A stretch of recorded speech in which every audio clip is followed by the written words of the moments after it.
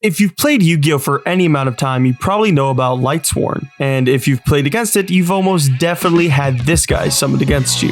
Lightsworn has been an incredibly powerful deck in the past, but recently it got some more support out of Legacy of Destruction. It makes a ton of previous decks better just by, well, existing, being easily splashable into things like Tearlaments and Horus. However, when the new Lightsworn cards came out, I had my eye on Lightsworn Runick. It was a variant I saw from a Joshua Schmidt video, unsurprisingly, and when I tested it, I knew I had to build it. The whole idea is that Runicks can easily set up Dragon Link by discarding a Lightsworn off of Hugin's effect, while also providing draw power and disruptions. In addition to that, the Lightsworn cards complement the Runick cards by being able to synchro off the Runick fusions into level 6 and level 8 synchros to gain more advantage. Plus, since Runick Fountain is a soft once per turn, you can loop it thanks to Gary the Runick Fangs, leading to your first turn combo often snowballing into a ton of field advantage and more often than not having multiple cards in hand, while also hand looping your opponent with Bestial Dispater and Psyframe Omega. It's an incredibly fun deck in my opinion, but the one weakness is that it tends to go to time very often because of how long your turns end up being. Plus, sometimes you just see some, well, subpar hands. The footage is from last week's locals and my second time playing the deck in tournament. It's mostly me fumbling around trying my best to figure out what the most optimal line is. So without further ado, let's get into the matches and see just what the deck can do.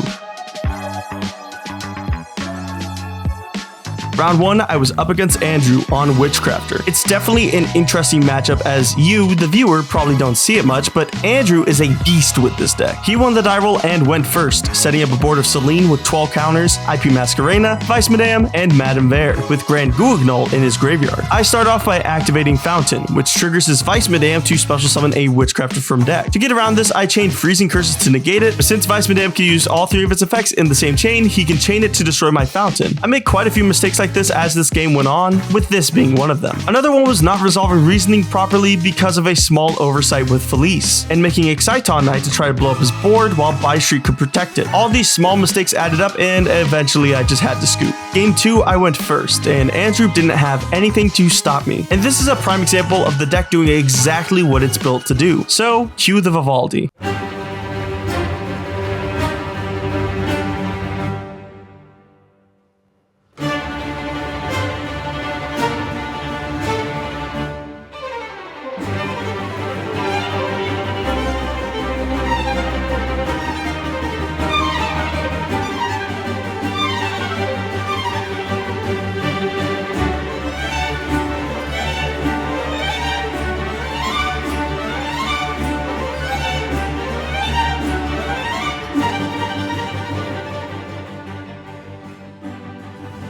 By the time I passed, Andrew just scooped and went to game 3. And I've got a confession to make. I fumbled game 3.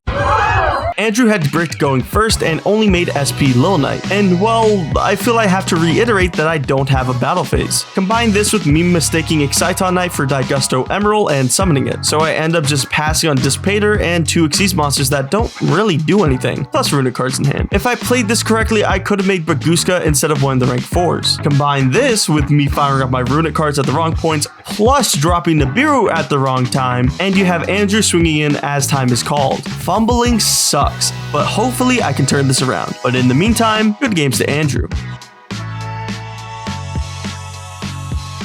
Round 2, I was up against Caleb on Valmonica. I won the die roll and went first, and if I'm being honest, the deck once again functioned as planned. However, I never reached a time where I wasn't using the Runick cards, so instead of swinging in for game, my game plan turned into decking him out. Caleb tried to hang on, but trying to play through a handful of Runick cards and Dispater was just too much, and I eventually decked him out. Game 2 was similar. This time, Caleb was almost able to break my board on numerous occasions, but I end up just decking him out again. Caleb, you're my homie, and you know you're my dude, but I just had to do it to you, man. Good games to Caleb.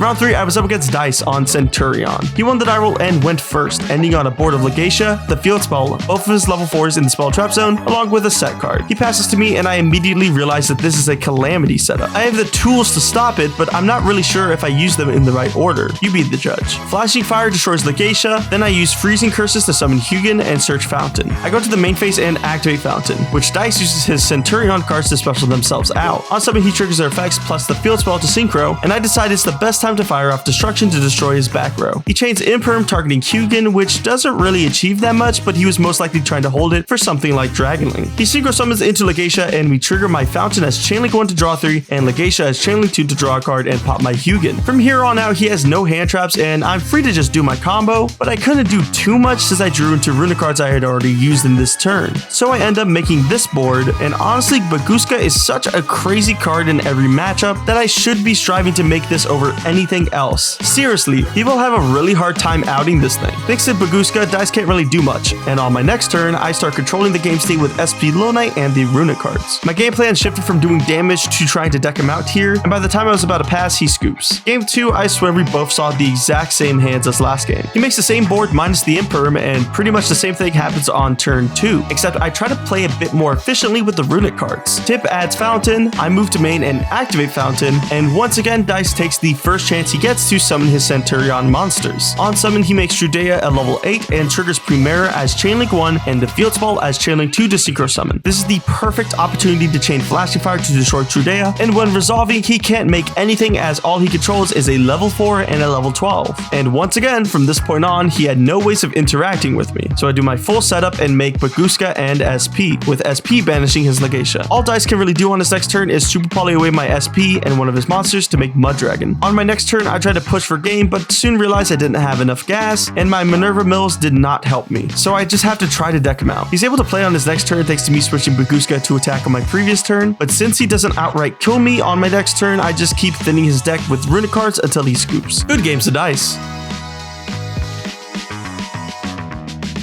Round 4, I was up against Michael West on ABC. He won the die roll, but he bricked, so he ended up setting a card and passing. My hand can't OTK him, so I'm forced to use the Runick cards to build the best board I can, ripping 2 from his hand with the Omega Dissipator line. And I just have to sit on Fountain and Dissipator and hope it's enough. Unfortunately for me, when I pass back to Michael, he activates Set Rotation, getting rid of my Fountain and killing 3 of my interruptions. This allows him to pretty much go full combo, as the earliest good point to use Dissipator was to stop his Therion King Regulus, and he ends on ABC Dragon Buster plus Crystal Wing. I can't really do much against this, so I just have to scoop. Game 2, I go first, and I can't really make too much of a board thanks to a Jerusalem on my Felice, but Runick cards and SP Low Knight seem to do the trick as I end up surviving his next turn with him ending on pretty much just Typhon. But since I had activated Runick cards on turn 1, I can't kill him on my next turn, and while he did live my turn, he didn't really have the resources to play. He's able to make an ABC Dragon Buster, but having 1 negate outs as 1 interaction, so I end up taking the game. Now I will have to say, game 3 was a little disappointing. He bricked, and it was kind of just a race to see who could get in damage first, as there wasn't much time on the clock. It didn't help my case that 3 turns in a row I drew into Wolf, and Felice, and time was called on the turn I was able to start really comboing off. It's a little tragic, but that's just how Runick matches go sometimes. Nonetheless, good games to Mikey.